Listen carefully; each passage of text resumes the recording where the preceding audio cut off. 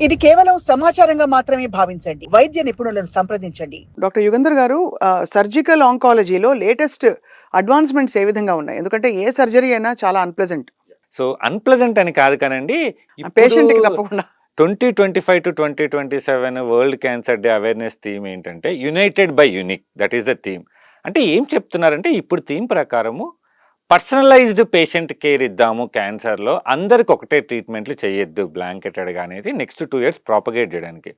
ఒకప్పుడు ఏంటంటే అండి, వే బ్యాక్ 15 ఇయర్స్ బ్యాక్ నేను క్యాన్సర్ ట్రైనింగ్స్‌లో ఉన్నప్పుడు బసవతారకం హాస్పిటల్‌లో ఉమెన్ అసలు భయపడేవాళ్ళు హాస్పిటల్ రావడానికి.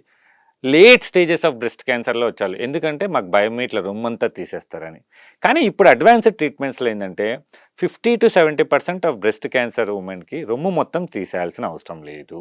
సో, మనం రొమ్ము తీయకుండా కూడా క్యాన్సర్ సర్జరీ చేయొచ్చు. రెండోది తీసిన తర్వాత మనం రీకన్‌స్ట్రక్షన్స్ చేయొచ్చు రెండోది.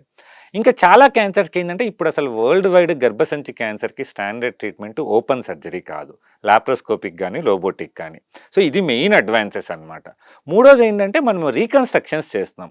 ఒకప్పుడు సర్జరీ చేసేసిన తర్వాత ఆ పార్ట్‌లో వదిలేసేవాళ్ళం రీకన్‌స్ట్రక్షన్ చేయకుండా. లైక్ లిప్ క్యాన్సర్ వచ్చినా, cheek cancer, tongue oh! Cancer అట్లా లిప్ కూడా క్యాన్సర్ వస్తుందా? వస్తది. సో, స్మోకర్స్‌లో లిప్ క్యాన్సర్ కామన్. కొంతమంది ఏంటంటే మెయిన్‌గా ఈ చుట్టా తాగే వాళ్ళల్లో వాళ్ళు జస్ట్ లిప్స్ మీద పెట్టుకుంటా ఉంటారు. ఓహో! సో, సో, అట్లా ఇలా అయితే చిన్న సెగ్గడ్డ వచ్చినట్టు అలా వచ్చినట్లు వస్తుంది. అట్లా వస్తుంది. సో, వీళ్ళందరికీ ఏంటంటే మనం ట్రీట్మెంట్ చేసిన తర్వాత రీకన్‌స్ట్రక్షన్స్ చేయొచ్చు.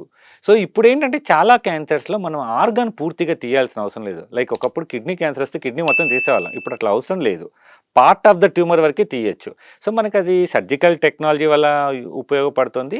చాలా ట్రీట్మెంట్లు, ఇంజెక్షన్స్, కీమోథెరపీస్, టార్గెటెడ్ థెరపీస్ లాంటివి ఇచ్చి ఆ క్యాన్సర్ గడ్డ తీవ్రతను, సైజును తగ్గించి మనం ఇలాంటి సర్జరీస్ చేయగలుగుతున్నాం అనమాట.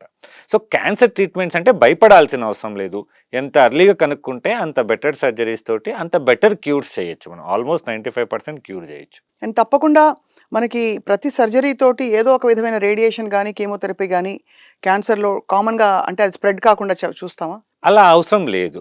అగైన్ 50% ఆఫ్ ద క్యాన్సర్స్‌కి మనం సాలిడ్ క్యాన్సర్స్‌కి, బ్లడ్ క్యాన్సర్స్ కాకుండా చూస్తే 50% ఆఫ్ ద క్యాన్సర్స్‌కి మనం సర్జరీ చేసిన తర్వాత ఫస్ట్ అండ్ సెకండ్ స్టేజెస్‌లో చాలా వరకు ఏం ట్రీట్మెంట్స్ ఇవ్వం. కీమోథెరపీ ఇవ్వం, రేడియేషన్ ఇవ్వం. కొన్నిట్లలో జస్ట్ హార్మోన్ థెరపీ టాబ్లెట్స్ ఇస్తాం. అవి హై రిస్క్ సెకండ్ స్టేజెస్‌లో గానీ, థర్డ్ స్టేజెస్‌లో గానీ ఉంటేనే మనము రేడియేషన్ గానీ, కీమోథెరపీ గానీ ఇస్తామనమాట. జెనెటిక్స్ మన కంట్రోల్‌లో లేదు. ఔట్‌సైడ్ కార్సినోజెనిక్ ఇన్‌ఫ్లుయెన్సెస్ మన కంట్రోల్‌లో దాదాపుగా లేదనే చెప్పాలి. మన కంట్రోల్‌లో ఉండే ఏ అంశాలపై మనం దృష్టి పెట్టి ఒక ఆరోగ్యకరమైన జీవితం కోసం అడుగులు వేయాలి? సో, మెయిన్‌గా అంటే మీరు అడిగే క్వెషన్ ఏంటంటే మనం క్యాన్సర్‌ని ప్రివెన్షన్ చేసుకోవచ్చా? సో, మనకి 4 మేజర్ ఫ్యాక్టర్స్ ఉన్నాయి క్యాన్సర్ మీరు అడిగినట్లు కొన్ని చాలా వరకు మన కంట్రోల్‌లో లేవు. మన కంట్రోల్‌లో ఉన్న వాటిలలో ఏంటంటే మెయిన్‌గా మనం తీసుకునే ఆహారం, ఫుడ్ ఇంటేక్. సో, వాటర్ కానీ, మనం తీసుకునే ఫుడ్ గానీ, ఫుడ్‌లో మెయిన్ ప్రికాషన్ ఏంటంటే 80% ఆఫ్ మనం తీసుకునే ఫుడ్ యాంటీ ఆక్సిడెంట్ రిచ్ ఉండాలి. అంటే బేసిక్‌గా వెజిటేరియన్ సోర్స్డ్ ఫుడ్ ఉండాలి. ఐయామ్ నాట్ సేయింగ్ కంప్లీట్‌గా నాన్ వెజ్ తినకూడదని కాదు కానీ, బట్ రెడ్ మీట్ లాంటివి ఎక్కువగా హెవీగా తీసుకోవడం అవాయిడ్ చేయాలి. అవి మెయిన్‌గా గ్యాస్ట్రో ఇంటెస్టైనల్ క్యాన్సర్స్, ఈ BMI ఎక్కువై బ్రెస్ట్ అండ్ యూట్రైన్ క్యాన్సర్స్ వచ్చే రిస్క్స్ ఉంటాయి. Second thing life style activity. ఎక్కువ సెడెంటరీ లైఫ్ స్టైల్ అవాయిడ్ చేయాలి. సన్‌లైట్ ఎక్స్‌పోజర్ ఉండాలనమాట. చాలా మందికి తెలియనిది ఏంటంటే క్యాన్సర్ వచ్చినా గానీ మన బాడీలో ఫైటింగ్ పవర్ బాగుంటే చాలా వరకు క్యూర్ అయిపోతారు. వాళ్ళకి రికరెన్సెస్ రావు. ఫైటింగ్ పవర్‌కి one of the main determining factor బాడీలో విటమిన్ డి లెవెల్స్. ఇది చాలా వరకు బుక్స్‌లలో ఉండదు, ఏమి ఆర్టికల్స్‌లో కూడా రాదు. కానీ విటమిన్ డి లెవెల్స్ ఒక క్యాన్సర్ పేషెంట్‌కి అడిక్వేట్‌గా ఉన్నాయంటే వాళ్ళ ఫైటింగ్ పవర్ డెఫినెట్‌లీ బెటర్‌గా ఉంటది. రైట్. సో, మనం సన్‌లైట్‌కి ఎక్స్‌పోజర్ అయ్యేటట్లు వాకింగ్ ఇలాంటివి చేస్తూ ఉండాలనమాట.